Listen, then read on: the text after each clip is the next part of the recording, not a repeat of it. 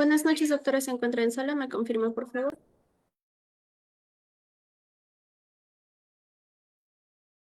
Buenas noches, sí.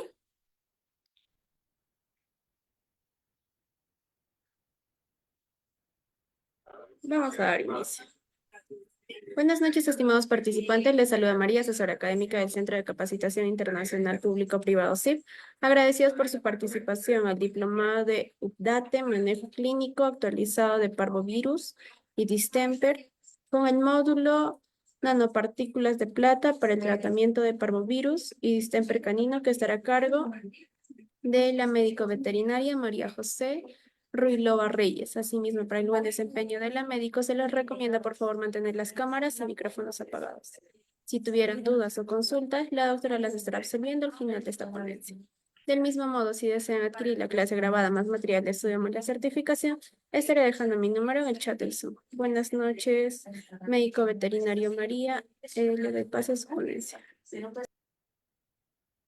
Buenas noches con todos. Vamos a dar inicio a la charla de nanopartículas de plata para el tratamiento de parvovirus y distemper canino.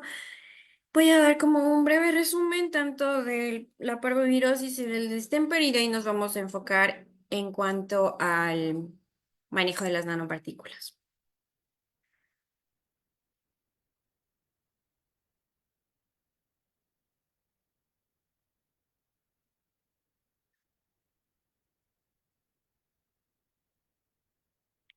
¿Me indican por favor si se está viendo la pantalla? Sí se visualiza. Súper. Ya, empezando con el parvovirus, como epidemiología y etiología tenemos que es la causa más reconocida de diarrea viral, transmisible en perros y una de las más comunes es causada por el parvovirus canino CPV2, que son miembros del género, perdón, parvovirus, y puede haber sido derivado del virus de la Paulicopenia felina. El virus utiliza la transferrina receptor para entrar a la célula del hospedador y generalmente son pequeños, no envolventes de una sola cadena de ADN, virus que pueden sobrevivir en largos periodos de tiempo y requiere la presencia de células mitóticamente activas para poderse replicar.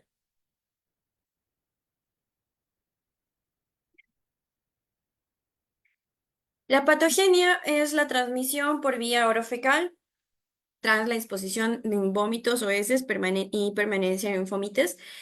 El virus se esparce durante unos días antes de la aparición de los signos clínicos. El periodo de incubación es entre 7 a 14 días. Se replica en el tejido linfoide orofaringeos, después de lo cual la viremia ocurre y se producen daños en las células que dividen rápidamente en el tracto gastrointestinal, el timo, los ganglios linfáticos y la médula ósea. Los tejidos gastrointestinales afectados incluyen el epitelio de la lengua, la cavidad oral, el esófago, el tracto intestinal y las células epiteliales de las criptas intestinales. Generalmente los signos clínicos pueden ser fiebre, letargo, inapetencia, vómitos, diarreas, deshidratación rápida y dolor abdominal. En una enteritis ya complicada con una respuesta inflamatoria sistémica ocasionan o hay evidencias de un desorden de coagulación y por translocación bacteriana ocurre un shock séptico provocando una disfunción multiorgánica y muerte. ¿Qué exámenes solemos pedir? Hemograma, en donde vamos a encontrar anemia, eritrocitosis, leucopenia, linfopenia. Bioquímica, vamos a ver hipoproteinemia, hipoglicemia, hipocalemia, hiperbilirrubinemia. PCR, detectar cantidades muy pequeñas de ADN viral y en consecuencia detectar infecciones subclínicas. Y ELISA tiene un alto grado de sensibilidad, pero bajo intermedio grado de especificidad.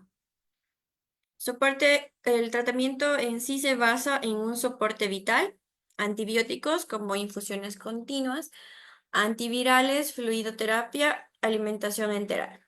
Actualmente los antivirales tienen como cierta controversia su uso, ¿ya? Porque bien pueden apoyar al sistema inmune, como no hay un porcentaje alto que diga que que vaya a funcionar. En cuanto al distemper, está formado por un virus de ARN pleomórfico que pertenece al género Morbillivirus. Estos pueden llevar a los perros a tener una enfermedad grave multisistémica que afecta principalmente al sistema gastrointestinal, respiratorio y neurológico. En los perros domésticos con un signo de enfermedad respiratoria superior,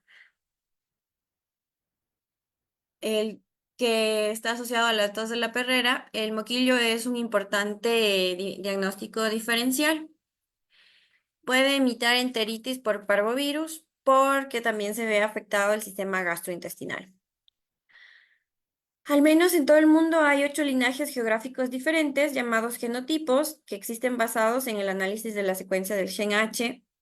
Los cachorros que han perdido su anticuerpo materno están predispuestos en las regiones donde donde se realiza la vacunación, pero ocasionalmente la enfermedad ocurre en perros ya en edad geriátrica o vacunados de igual manera.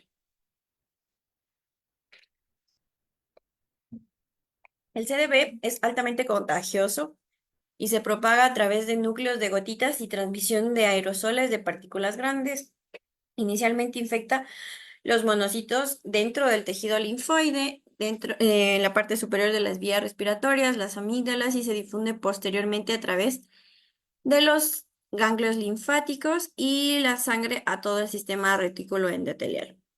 La hemaglutinina viral se une a una molécula en la superficie de las células del hospedador, conocidas como la activación linfocítica de señalización, en donde ocasiona la destrucción masiva de los linfocitos, que resulta en la linfopenia inicial y transición o fiebre intermitente, que se produce unos días después de la infección. Hay una segunda etapa de viremia y fiebre asociada a las células entre 8 a 9 días después de la infección, y en el cual ya se ven afectadas las células del aparato respiratorio, tracto gastrointestinal y el sistema nervioso central. Como diagnóstico que vamos a solicitar un hemograma, bioquímica, PCR, detección de anticuerpos y ELISA. En el hemograma es común ver anemia, linfopenia importante, cuerpos de inclusión en el frotis sanguíneo. En la bioquímica vamos a observar hipoproteinemia, hipoglicemia, hipocalemia, hiponatremia, hipocloremia. Detección de anticuerpos, de la misma manera que el parvovirus. Hay alto grado de sensibilidad, bajo intermedio grado de especificidad, y el PCR nos ayuda a detectar cantidades muy pequeñas de ARN viral, pudiendo determinar infecciones subclínicas. En este caso, el tratamiento dependerá en el estadio de la enfermedad, a qué signo está afectando. Entonces, generalmente es soporte vital, antibióticos, antivirales, lo mismo que pasa con el parvovirus, fluidoterapia. En caso de que esté afectado igual el aparato respiratorio, se suele recomendar nebulizaciones con capotajes y suplementación de oxígeno. ¿Qué hay de nuevo en el tratamiento de enfermedades virales con respecto al tratamiento de las nanopartículas? Sí. Hay algunos papers en que indica que actualmente se está evaluando como el uso de una base de las nanopartículas para el desarrollo de algunas vacunas, ¿ya? En el distemper canino incluye la mejoría tanto para evitar virus que no hayan vacunas de cepa viva o virus intermedio, ¿sí? Y potenciar con las nanopartículas, ¿ya? Igual en el parvovirus se maneja en esa investigación, ¿ya? En cuanto, ¿qué son las nanopartículas? Generalmente, ¿cómo se las usa?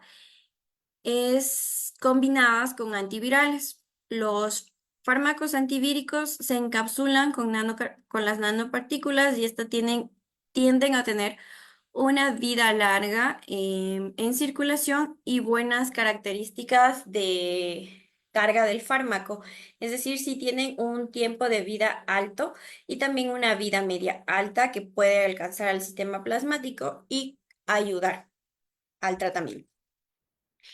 Entonces, ¿cómo funciona la interacción con la superficie viral? En este caso, esta parte de acá. La interferencia en la unión viral, que es esta parte entre esto de acá. La inhibición en la penetración del virus en la célula, el ingreso a la célula, la interacción con el genoma viral, la inhibición de la replicación del genoma, la inhibición de la síntesis proteica y ocasiona la inhibición del ensamblaje y los viriones. De esta manera es el mecanismo de acción de las nanopartículas.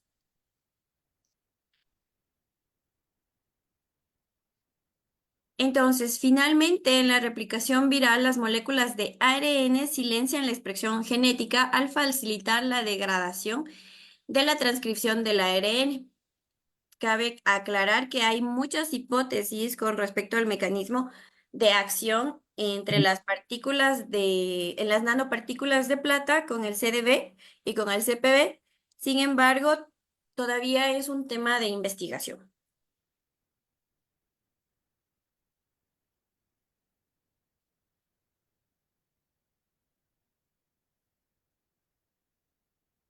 Ya, en este estudio, en este paper, indican que una dosis recomendada del uso de nanopartículas en un periodo de 8 horas por 15 días con signos no neurológicos del distemper con una terapia de soporte tienen una buena respuesta, al igual que los pacientes con signos neurológicos en combinación con el uso de las nanopartículas de plata, hay una respuesta buena, alta, en una respuesta de tratamiento de 30 días. Cabe recalcar que es en conjunto de una terapia de soporte, ¿sí? Tiene una buena eficacia, un control alto de signos no neurológicos, de evitar signos no neurológicos, ¿ya? Que no se presente la etapa no neurológica del distemper y que en caso de que se presente la etapa neurológica del distemper, suele haber las secuelas como los mioclonos, convulsiones. En este caso, con las nanopartículas se puede mitigar esos efectos, pero en un largo plazo, como lo indica acá, que son 30 días.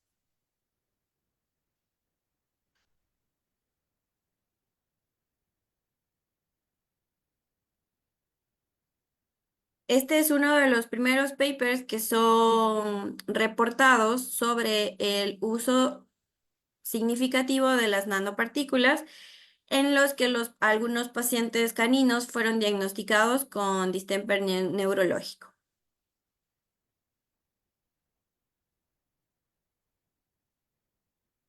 El rango de supervivencia en el grupo experimental de este paper es del 65,6%, que es mucho más alto del grupo control, en donde solo se dio un tratamiento sintomático, el cual fue el 0%.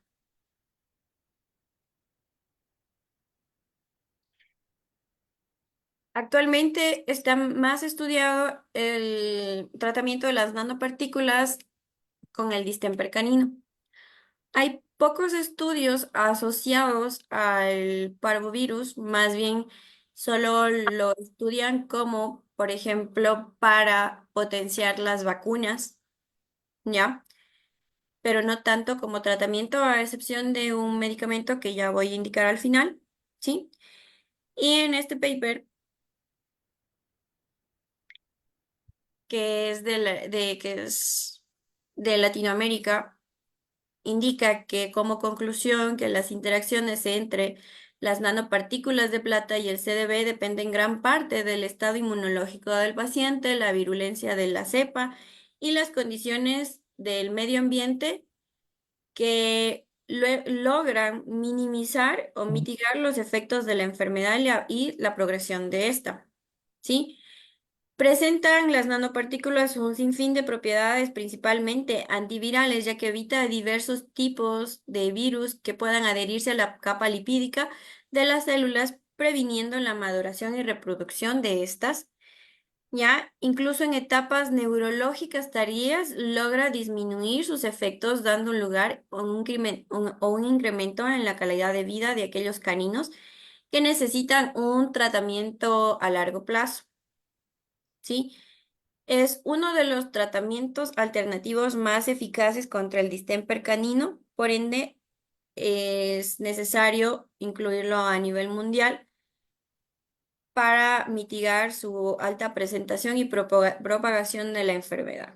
Creo que el distemper canino es una de las enfermedades más frustrantes de como veterinarios porque a la larga, cuando ya afecta el sistema neurológico, no hay muchas salidas. Generalmente pasa que no hay una buena respuesta cuando hay estatus epiléptico o también hay secuelas como los mioclonos, que muchas veces como tratamientos alternativos tenemos la acupuntura, homeoterapia, pero no hay una buena respuesta, solo es una respuesta momentánea y según estos estudios, las nanopartículas sí presentan un efecto constante en la mejoría clínica del paciente con signos neurológicos.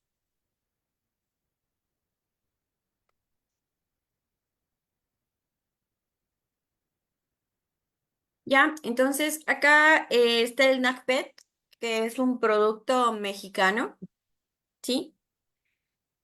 Este producto se ha hecho para el parvovirus, ¿sí? Que ayuda como efecto antiviral. El mecanismo de acción, como ya les había comentado, inhibiendo la replicación viral.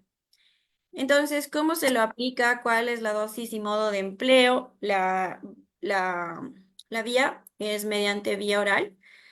Se toma directamente unos 5 ml por kilo de peso cada 8 horas, ¿sí? Hay un inicio de dosis por instalación vía intranasal. Después hay que dividir la dosis en cada fosa nasal y administrar intervalos de 30 a 15 minutos hasta completar la dosis total del peso, ¿ya? Y después, por vía oral, mantener la dosis que indiqué de 1,5 ml cada 8 horas entre 7 a 10 días. Cuando el vómito sea controlado, tendríamos que ya no dar por vía intranasal y continuar con la vía oral, de acuerdo a la evolución clínica. Y en casos de vómitos agudos, que generalmente pasan en los pacientes con parvovirus, que son refractarios a los antieméticos, hay que dividir la dosis aumentando en 1,5 ml kilo en cada fosa nasal, de la misma manera realizando intervalos de 30 a 60 minutos hasta completar la dosis base del peso. Esto es con respecto a las nanopartículas para uso para uso en tratamiento del parvovirus, ¿ya? Y el Tempernag es en cambio para el distemper no neurológico. Se inicia con 1,5 ml kilogramos de peso cada 8 horas durante los primeros 7 días por vía intranasal, 0,25 ml por kilogramo, instilando 0,5 a 1 ml por fosa nasal. De la misma manera, con intervalos de 15 a 30 minutos. Y del día 8 al día 15, según la respuesta del paciente, se puede cambiar a 1 ml por kilogramo de peso cada 12 horas por vía oral, dependiendo del estado clínico de la mascota. En el caso neurológico, aumentamos el la dosis inicial por cada 8 horas por 7 días, ¿sí? In- intranasal, perdón, son 0,5 ml, instilando de la misma manera. En pacientes de más de 20 kilos se mantiene la dosis estándar por vía intranasal y ya cuando está entre el día 8 y 15, según la respuesta del paciente, hay que cambiar la dosis a 1,5 ml kilo por kilogramo de peso.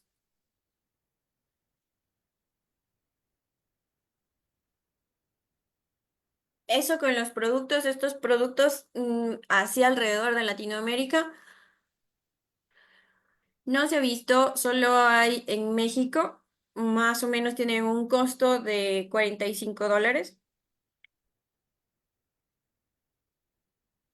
y hay bastante información con respecto a seguimientos de casos clínicos de, de pacientes que han respondido a la terapia con el Tempernag. En pacientes que tienen efectos tienen secuelas, perdón, tienen secuelas. Sí hay una buena respuesta, pero con un tratamiento largo del tempernac de las nanopartículas.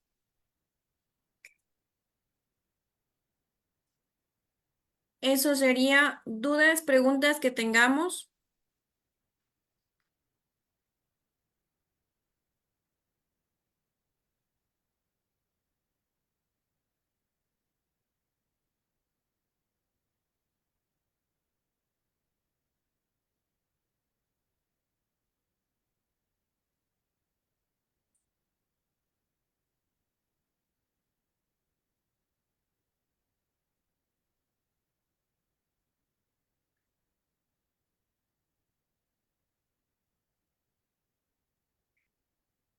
Preguntas que tengamos con respecto al tratamiento, al mecanismo de acción, a las hipótesis del mecanismo de acción de las nanopartículas.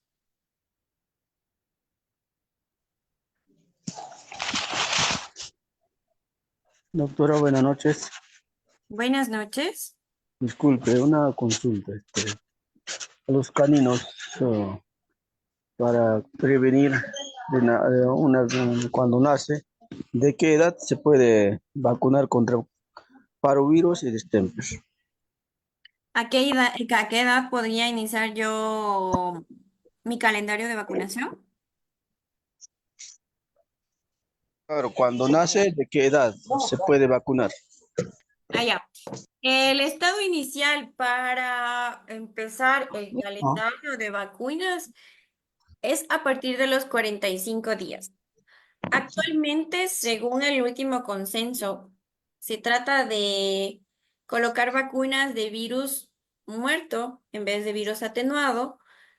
Entonces, siempre es importante iniciar a los 45 días, máximo nos podemos pasar a los 2 meses y se tiene que terminar para una eficacia de las vacunas antes de los 4 meses. O sea, 4 meses ya tienen que estar vacunados con los refuerzos de las dosis de vacuna para distemper y parvovirus.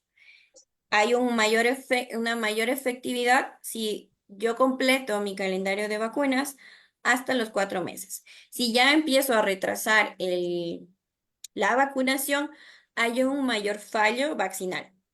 Hay un mayor fallo que no van a funcionar las vacunas correctamente.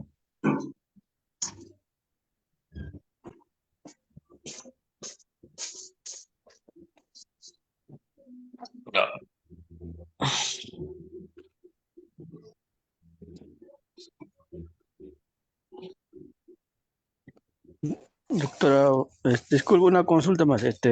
A los perros adultos de un año para arriba, también le puede atacar a distemper y también puede ser tratamiento, ¿todavía hay? A ver, el distemper, sí, puede ser cualquier edad. Los más predisponentes son pacientes cachorros, ¿ya? Y en estado geriátrico, a partir de los 8 años ya consideraríamos un paciente geriátrico.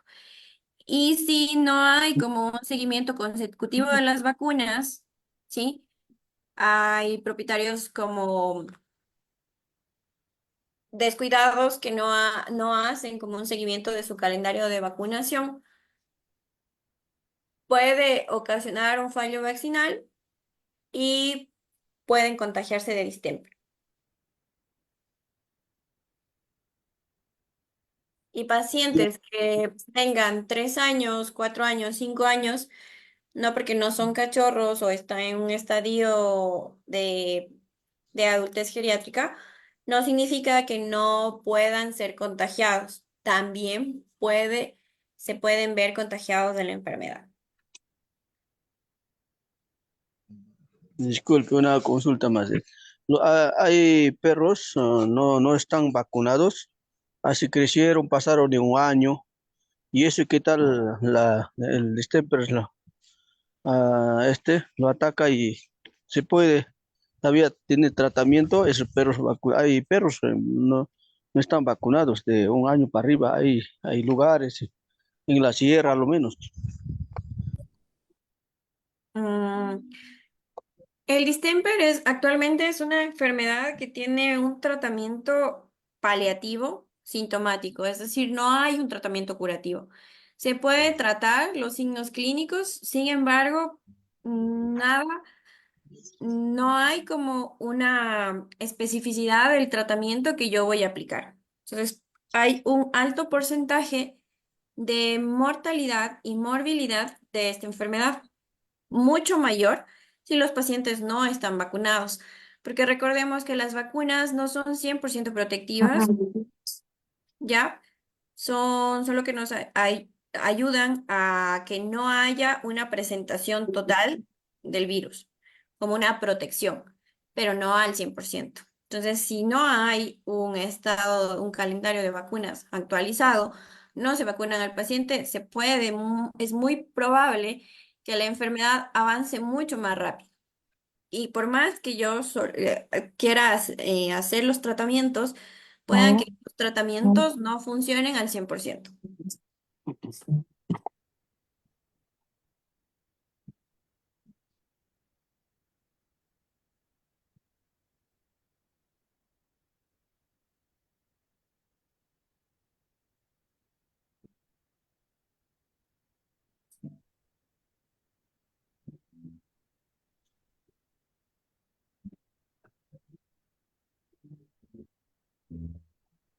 ¿Ya? ¿Alguna otra pregunta? En el chat hay una pregunta de Pedro Antonio en donde indica que si las nanopartículas son estos tratamientos que está mencionando. El Tempernag y tanto el Tempernag como el NACPET son medicamentos que están en México y son suspensiones con nanopartículas de plata.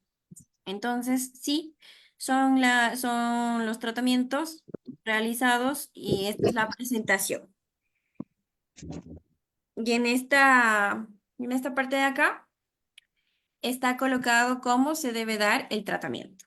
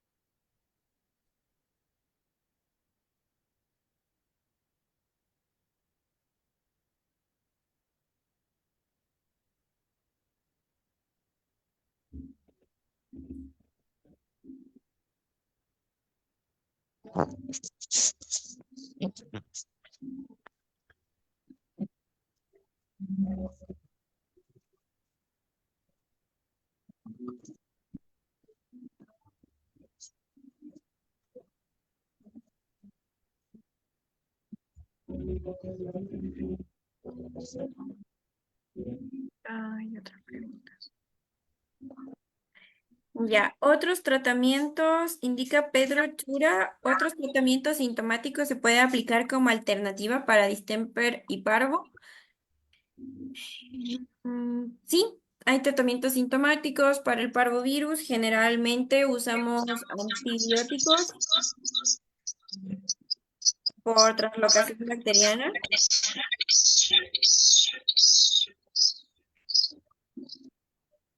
que puede ocurrir en el paciente.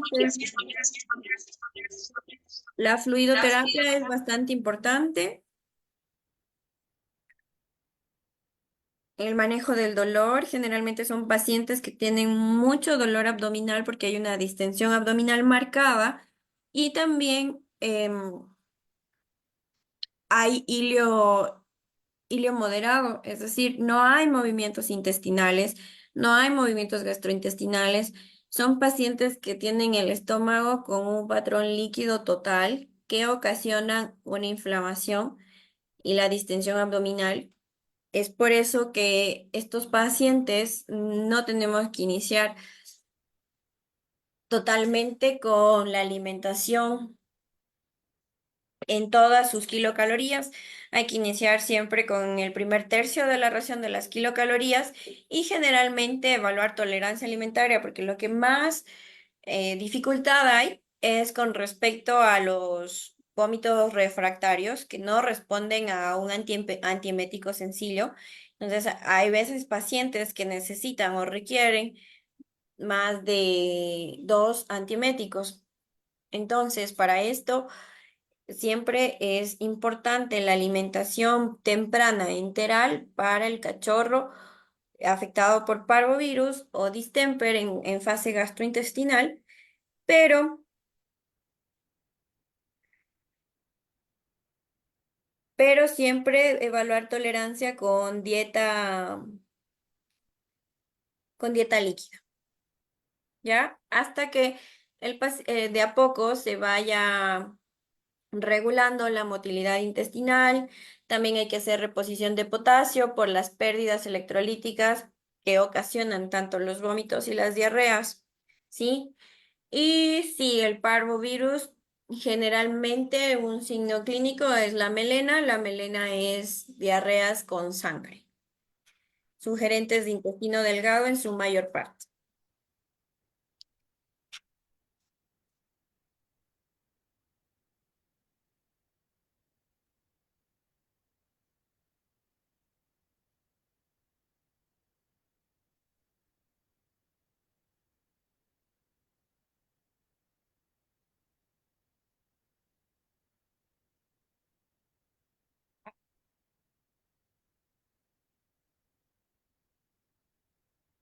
¿Qué antibiótico podemos utilizar y antieméticos? Ok, como protocolo, en el lugar donde yo trabajo, acá en la ciudad de Quito, nosotros usamos infusiones continuas de antibiótico, ¿ya? ¿Por qué razón? Porque como hay un alto riesgo de translocación bacteriana, de shock séptico, ¿ya? A pesar de que la enfermedad es viral, nosotros vamos a decir, ¿por qué a una enfermedad antiviral le voy a dar un antibiótico? Por alto riesgo de que haya una respuesta inflamatoria sistémica, yo preveo eso y colocamos antibiótico en infusión continua. ¿Cuál es la diferencia con los bolos normales de, con los bolos normales de antibióticos? Es que hay algunos antibióticos que son tiempo dependientes. ¿Qué quiere decir con eso? Que durante un largo periodo se pueden mantener en un ritmo constante para alcanzar niveles plasmáticos en sangre. Mientras que hay otros que son concentración dependiente. Para esto usamos las infusiones continuas. Antibióticos que puedo usar que son concentración dependiente o tiempos dependiente. Los tiempos dependientes son los betalactámicos, las cefalosporinas, ejemplo, ampicilina más sulbactam, ceftriaxona, son los antibióticos que actualmente se usan más a nivel del parvovirus, ¿sí? Y es importante usar este par de antibióticos que yo digo por infusión continua porque son tiempo dependientes, es decir, van a funcionar mejor si yo doy en un ritmo constante para que alcance el nivel plasmático. A diferencia que los antibióticos tiempo dependientes como la gentamicina, perdón, los concentración dependiente, perdón, como son la gentamicina, la enrofloxacino, eritromicina, entre otros. Metronidazol es también concentración dependiente, pero el metronidazol se puede usar como doble esquema en conjunto con ampicilina y ceftriaxona, pero tratamos de el metronidazol usarlo lo menos posible porque puede tener efectos adversos al sistema inmune.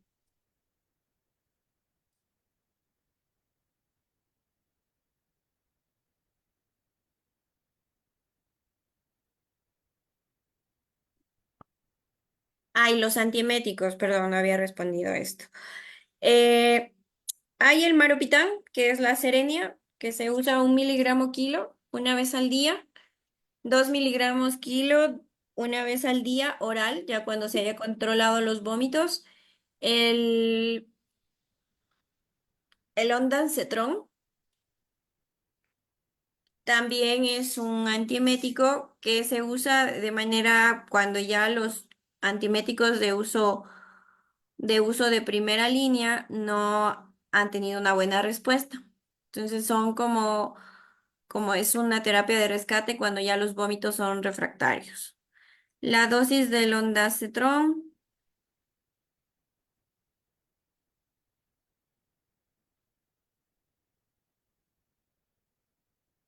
generalmente es entre 0,25 a 0,5 y en infusión continua lo podemos usar.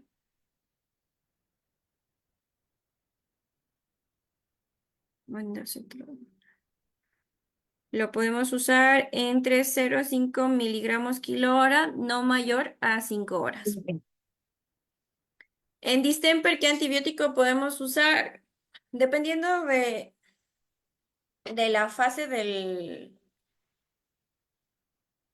la signología clínica, creería yo. Por ejemplo, si está afectado el aparato respiratorio, un antibiótico que tiene un espectro alto, amplio para nivel pulmonar es la doxiciclina. Tiene mayor respuesta que los betalactámicos como ampicilina o amoxiclavulánico. Y si el paciente no es cachorro y ya es mayor a 8 meses, puedo usar también enrofloxacina. Ya en caso de pacientes con gastroenteritis de origen viral por distemper, podría usar el ampicilina y ceftriaxona también.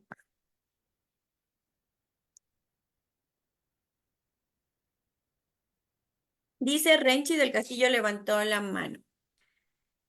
Doctora, ¿qué tal? Buenas noches. Una consulta. Para el tema del manejo del dolor en parvovirus, le comento esto porque yo anteriormente pues lo manejaba con Serenia, ¿ya? ¿Ya? Porque, bueno, si bien es cierto, es un antiemético, pero también es analgésico. Pero últimamente como que no me ha estado resultando, digamos, efectivo para el tema del dolor, ¿no? Entonces, no sé si es que habrá una nueva cepa de parvo, la verdad no estoy al tanto de eso, pero he tenido un par de casitos ahora último en que el dolor ha sido pues muy intenso, que ni siquiera con ketamina pues le he podido quitar el dolor al paciente. En este caso, ¿qué podríamos hacer? Ya. ¿Cómo usa la Serenia? El maropitán. ¿En bolos o en infusión continua? En bolos, en bolos. Ya. ¿Hasta qué dosis? Si mal no recuerdo, es algo de, no lo tengo ahorita anotado, lo tengo en mi historia, pero bueno, la dosis es la dosis regular, pues, ¿no? De acuerdo al peso corporal. Ok. Bueno, actualmente el maropitán tiene varios usos. Uno de ellos es antiemético, tiene un efecto analgésico también y también tiene un efecto antitusígeno, ¿ya? Entonces, para el manejo del dolor, la serenia siempre es importante en infusión continua. ¿Por qué? Porque tiene que alcanzar los niveles plasmáticos a diferencia de lo que pasa con el bolo. Los bolos, para entender el tema de la infusión continua y los bolos, es que los bolos, imaginemos como una línea paralela, recta, ¿ya? Los bolos tienen curvas como tipo un zigzag que hay unas mesetas de altura que alcanzan perdón, que alcanzan el nivel plasmático y de ahí descienden. Entonces, por eso es que al momento que yo aplico la vida media funciona por el tiempo que es ocasionado por el fármaco, digamos, 3 horas alcanza su nivel plasmático, pero ahí desciende. Entonces, es por eso que las infusiones continuas en nuestros pacientes, tanto caninos o felinos, nos ayudan un montón porque se mantiene a un ritmo constante. O sea, la línea para el manejo del dolor va a estar siempre en una línea recta, ¿ya? Entonces, la Serenia se usa en infusión continua de 0,5 miligramos kilo hora hasta 1 miligramo kilo hora. La ketamina, actualmente hay un rescate de ketamina con dosis subcutánea que ayuda un poco para el dolor, pero hay algunos documentos científicos que indican que la ketamina, para uso normal, para uso alto, para manejo del dolor, son en infusiones continuas. ¿Ya? Las polimodales van súper bien para el tratamiento analgésico del parvovirus, como son mezcladas en sueros de 250 ml, de 500 ml, se coloca la cantidad de lidocaína o ketamina y se pasa a una velocidad máxima de 3 ml kilo hora para el paciente. Esas son unas terapias de rescate, también bloqueos en el recto abdominal, es decir, en la musculatura abdominal, que no se debería exceder de 10 miligramos de lidocaína, que es por peso corporal, ¿ya? O de bupivacaína. También es una opción. Ok, doctora. Otra cosita. Me ha pasado que he manejado pues el cuadro de manera, digamos, espléndida los 4 primeros días y podría decirle hasta un quinto, pero repentinamente el paciente comienza a presentar unos dolores pues increíbles, ¿no? Que justo fue lo que le comenté, que por más analgésicos que le pusimos en el momento, pues no hizo efecto. Y ya habiendo controlado el tema de las diarreas y los vómitos, es lo que me llamó bastante la atención. Y bueno, jamás, jamás supimos pues a qué se debía el dolor. Y generalmente pues eh, comenzaban a presentar el abdomen, digamos, distendido, ¿no? Pero cuando le sacamos ecografía, pues nada, estaba totalmente limpio. No había líquido libre ni nada por el estilo. Bueno, son cositas que a veces pasan. Me pasó 2 veces y ¿Ya? bueno, jamás pude entender el porqué. Habiendo controlado ya los síntomas como el vómito y la diarrea, pues digamos en el cuarto o quinto día, el paciente se quejó de dolor, pues hasta perder la vida.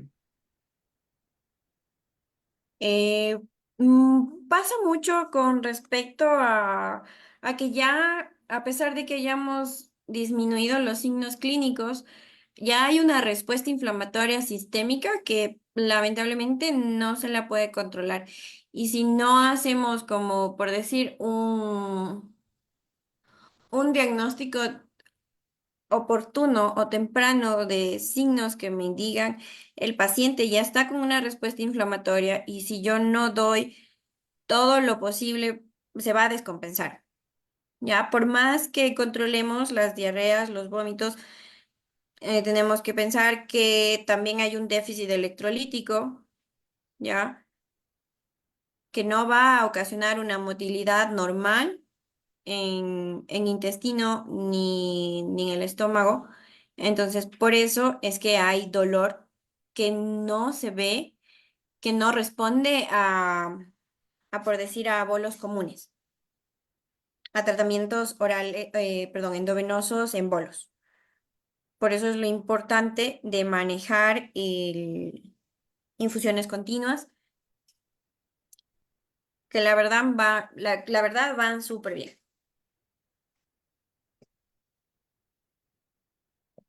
Perfecto, gracias. Gracias.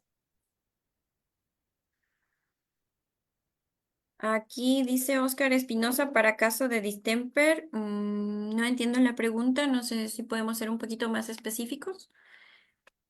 ¿Qué puedo usar para casos de distemper?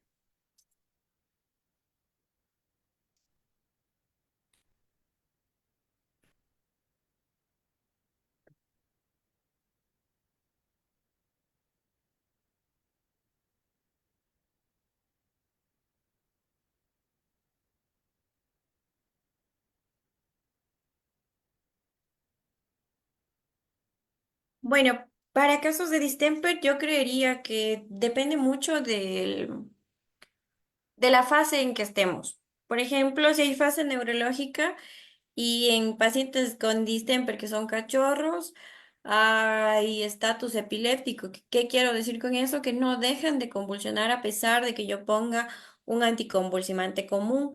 Entonces, ahí tengo que pasar. Actualmente hay un consenso para el manejo de las convulsiones, en donde se pasan de un bolo de benzodiazepinas a después a una infusión continua de las benzodiazepinas, después se pasa ya a anestésicos un poco más fuertes como la dexmedetomidina, la ketamina en infusión continua, la dexmedetomidina en infusión continua, y si no hay una resuelta de los signos clínicos de las convulsiones en un caso neurológico, incluso son pacientes candidatos a terapia de sueño, ya que después de 12 horas o 24 horas o 48 horas que yo dé terapia de sueño, le quito los medicamentos para irle destetando de a poco y vuelve a convulsionar. Entonces es un estado refractarios. Y con esto de las nanopartículas sería un aporte muy, muy grande porque el distemper es una enfermedad bastante frustrante para el médico veterinario, porque afecta a los tres sistemas y cuando ya está afectado el sistema neurológico, generalmente pasa muchas las secuelas que los propietarios no quieren hacer mucho más por ellos, ¿ya? Hay también el uso controvertido de las células madres, que también se puede usar, ¿ya? Para de alguna manera fortalecer el sistema inmune.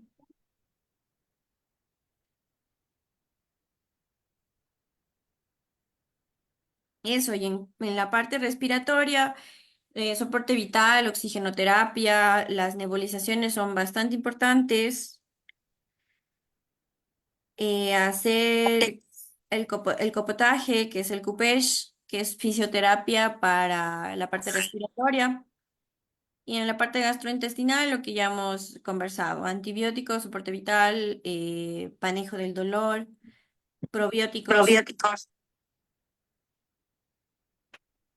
Doctora, buenas noches. Buenas noches. Bien, una consulta, doctora. Mire, tengo un paciente que, bueno, tiene sus vacunas, pero tuvo contacto con un paciente que falleció como quillo y ahora el paciente está presentando tic nervioso, lo que llamamos como secuelas, ¿no? Se está quedando. ¿Cómo se puede tratar a ese paciente? ¿A qué se refiere con tic nervioso? ¿Que presenta mioclonos? Sí, ahí tiene, son movimientos voluntarios de miembro, en uno puede ser o unilateral de miembros anteriores o posteriores. Ya, esas son las secuelas que conversamos del distemper, de la fase neurológica. Según el uso de las nanopartículas, se puede dar este producto durante 30 días y ver si hay una respuesta. Si ustedes van y observan los videos, hay respuestas de estos pacientes con secuelas adquiriendo este producto y dando ese producto. También se puede usar acupuntura, ¿ya? Pero la acupuntura, en cambio, solo va a mitigar un poco el mioclono, pero más o menos por experiencia personal, que yo he tenido pacientes con distemper, con mioclonos, con movimientos involuntarios de los miembros anteriores o miembros posteriores, específicamente de un muslo, mejoran unos 3 días, pero después nuevamente vuelven a presentar y hay complicaciones. Entonces, hay propietario y hay veces que avanzan los mioclonos. En el lado bueno que esté en que sea solo en un lado, puede todavía el paciente depender de él mismo, ¿ya? Pero hay pacientes que tienen mioclonos que quedan con secuelas con mioclonos en varias regiones. Entonces ahí los propietarios deciden eutanasia. En este caso, se podría probar con acupuntura, manejo de la musculatura con fisioterapia y ver si se puede conseguir el tempernar. Bueno, muchísimas gracias, doctor. Sí, estamos aquí en Bolivia, pero no tenemos todavía ese producto. Lo podemos conseguir por Mercado Libre. Muchas gracias, doctora, por el dato, lo vamos a hacer. Muchas gracias, me parece excelente. Creo que son buenos puntos que se ha tratado y obviamente va creciendo la medicina y eso es bueno. Gracias, doctor. Número dos.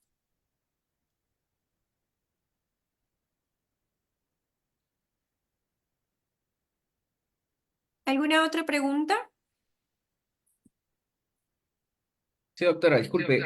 ¿Cómo dijo, dónde se puede ubicar o se puede solicitar el...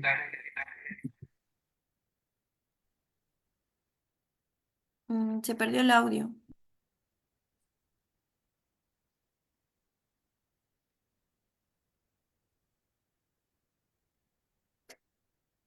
Le decía, doctora, ¿cómo puedo solicitar el producto? Creo que le escuché que por Mercado Libre. Sí, o sea, hay como ver en Mercado Libre, está el precio en pesos mexicanos, pero haciendo la conversión, más o menos, bueno, la moneda de mi país es el dólar, así que sale más o menos como en $45 con 50, me parecía.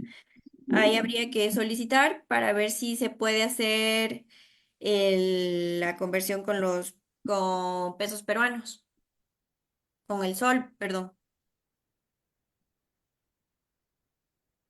Pero yo vi que se puede hacer por Mercado Libre.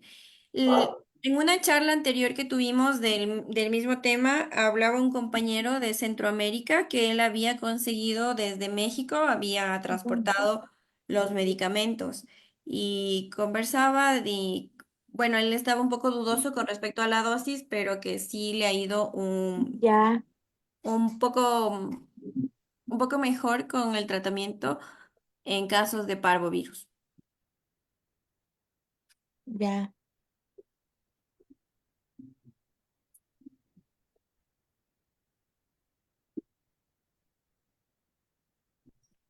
Entonces podríamos ver por esa parte.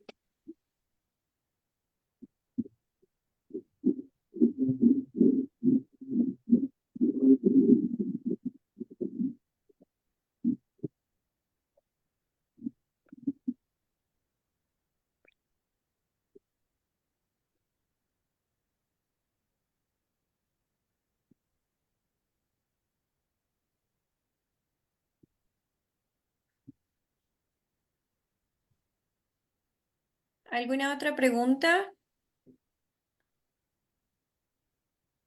¿Podemos tener su contacto, por favor? Claro que sí. Escribo en el chat acá mi correo electrónico.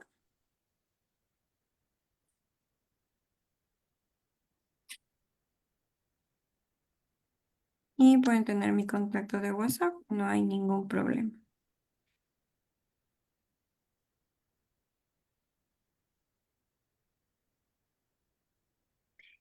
El producto para el parvovirus se llama NACPET y para el distemper se llama TemperNAC. Son estos de acá que lo van a ver en la presentación. Están las dosis perdón, la dosis y modo de empleo, cómo manejarlo en el distemper neurológico. Y acá vamos a ver en cambio el Tempernag.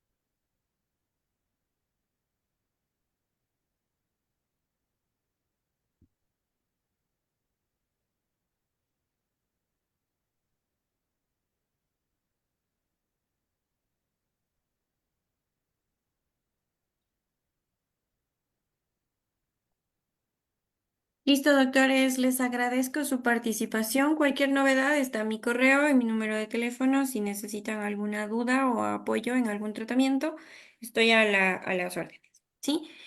Las diapositivas son pasadas por medio del zip. Sí, cualquier inquietud también se pueden comunicar con ellos para que se dirijan hacia mi persona o podemos comunicarnos directamente a mi correo. Muchas gracias por su asistencia. Sí, nos vemos una próxima.